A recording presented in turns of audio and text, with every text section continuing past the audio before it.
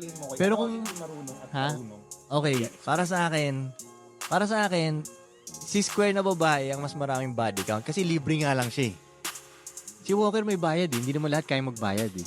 Yun nga lang, itong sa mga hindi marunong na Walker, binababa nila yung presyo nila. Kaya dumadami yung body count nila. Pero si marunong na Walker, mataas yung presyo nila. So, konti lang talaga makaka-afford sa kanya. Hindi katulad si Square na babae, Red Horse lang, body count na agad. Diba? Just open sesame na. Oo, nagpalit lang ng muffler yung yung isang lalaki, body count na agad. Oh, 'di ba? Nilike nga lang yung picture eh. Body count na agad. Nung unang panahon mga 1940s pa, yung mga ganun 1950s pa, hindi ka makaka-afford ng prostitute kung normal lang yung trabaho mo eh. Yeah. Oo nga, oo. Hindi ka makaka-afford dahil alam lahat ng matatalino yung mga prostitute dati eh. Alam yung mga may tira talaga, may pera. Alam kasi nila na, gagi, kailangan nyo tong pek-pek na to. Tataasan ko yung presyo. Alam mo bakit nagsimula bumaba yung presyo ng pek-pek? Oo, umabot na sa ganun. Dahil dun sa mga prostitute na kung tawagin ay renegade, yung mag-isa lang. Gets. Yung wala silang pimp. Wala silang pimp. Gets. Oh, dahil wala silang pimp.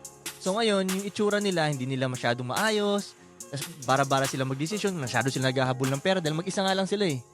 Ibababangay nila yung presyo nila. Bigyan ka ng discount. Bam. Oo, yun. Binigyan ng discount. Ganun. Kaya Dollar store sila. nagbabaan tuloy yung mga presyo ng dahil may nagsimula na ganun eh. I-guess mo. Pero kung wala sana yung mga yun, kasi kung meron silang kumbaga pimp nila, hindi sila papayagan na ganyan lang yung presyo eh. Yep. Siyempre, dalawa tayong kailangan makakain dito. Huwag mo ibenta yung mo ng ganyan kakonti lang. Diba? Kung napanatili sana ng ganun yun, mahal pa rin sana ang presyo ng hiwa. Mahal. So, isipin mo dati sa mga streets ng mga prostitute dati, kung saan sila pwede mag-prostitute, pag may renegade dun dati, sinisipa nilang paalis dahil alam nilang cancer yun. Alam nilang makakasira ng game yun. Sinisira Sinisipa. yung market eh, no? Oo, tayo ka dito, ganyan. Talagang, minsan gugulpihin pa nila. Minsan gugulpihin pa talaga ng mga ibang prostitute yun. Huwag ka dito. Or pipilitin sila, pumili ka ng ng pimp mo dun. Ganun. Kasi pag wala kang pimp, makalat ka. Nangaaway ka, druggy ka. Walang yung parang nagsasabi sa inyo, huwag mo gawin yan. Walang nagaganon eh. Oh, so wild, basically yung renegade na babae, wild siya. Wild din now. So pinapaalis siya. Tapos biglang nabaliktad ngayon yung game na pag ikaw naman yung pag renegade ka, papalakpakan ka. Tapos pag may dahil independent ka, papalakpakan ka. Tapos pag meron kang lalaki na nagga-guide sa'yo, yun yung parang nilulook down ka ngayon. Binababa ka ng tao. Pinapaba ka. Uto-uto ka dyan sa lalaki mo. Napaikot talaga nila yung mundo ko, no? Ikaw naman yung kumupera dyan, binibigay mo pera dyan.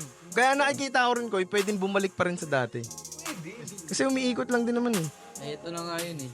Ewan ko lang dito sa Pilipinas kasi sa Pilipinas since day one ng prostitution ng mundo dito, puro renegade eh. Yeah. Di naman nauso dito yung partner talaga sila eh. Di ba dati ang unang pimp ko yung magulang? Ang unang Mga tomboy pa nga minsan yung mga pimp eh, no? Sabi na. Oo. Hindi, pero bogaw na yun. Di ba dati ang unang ganun? Yung Magulang. magulang, di ba? Yung, andyan na yung mga hapon, labas yung mga anak nyo. Pero yung magulang na yun, wala rin mang alam eh. So, di ba, hindi proper yung instructions, di ba, ganun. Yes.